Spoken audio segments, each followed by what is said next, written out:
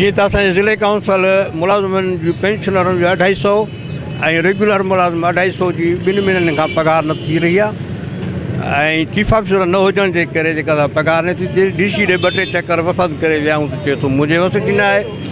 Sindh government अखियूं बूटियो वेठी आहे, का चुरपुर कान्हे, को चीफ ऑफिसर मुक़ररु कोन थो थिए, को अकाउंट ऑफिसर मुक़ररु कोन थो थिए।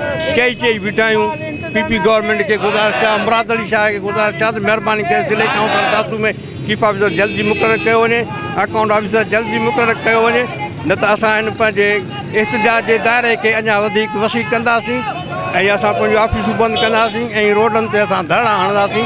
सिंध गवर्नमेंट खे असां चिता था ॾियूं त महिरबानी करे जल्द खां जल्द चीफ ऑफिसर ऐं अकाउंटर मुक़ररु कया वञनि। 250 मुलाज़िम हाज़िर सर्विस आहिनि जेके पघार खणंदा आहिनि, 250 पेंशनर आहिनि, 500 मुलाज़िम जेके डिस्टर्ब आहिनि।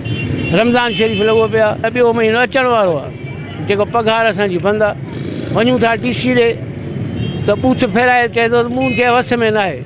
DC एडमिनिस्ट्रेटर आहे त मथे ॻाल्हाए असांजो कुझु करे न। कारण इहो आहे त चीफ ऑफिसर जी पोस्ट ख़ाली आहे, अकाउंट ऑफिसर जी पोस्ट ख़ाली आहे, उन जे करे पोस्टिंग बि त मथां थींदी न, कनि न पोस्टिंग जे नाम ते पैसा था, इन जे करे असां रुली आहियूं सभु। हाई कोर्ट जे फ़ैसिले तहत जंहिंखे इज़ाफ़ी चार्जूं या लुक आफ्टर जूं चार्जूं मिलियलियूं उहे हाई कोर्ट जे फ़ैसिले तहत सभु कैंसिल कयूं वयूं। उन लाइ असां वटि चीफ ऑफिसर अकाउंट्स ऑफिसर जी पोस्टूं ख़ाली आहिनि, उहे असांजूं भरे ऐं असांजूं पघारूं असांखे ॾिनियूं वञनि। रमज़ान महीने जे भलारे महीने में असांजे का इहा बेचैनी दूरि कई वञे ऐं असांजे तमामु जेके मुलाज़िम ऐं पेंशनर आहिनि उहे फ़ाक़ा कशी में मुब्तला थी विया आहिनि। उनजो गुज़र सफ़र तमामु ॾाढो ॾुखियो पियो थिए।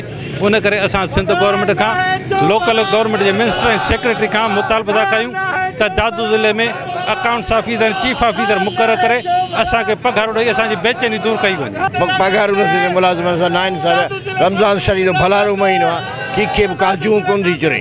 अफ़सोस जहिड़ी ॻाल्हि आहे, माण्हू वेचारा कर्ज़नि में बुखनि में मरी विया आहिनि। DC ॾे को रिस्पॉन्स कोन थो मिले।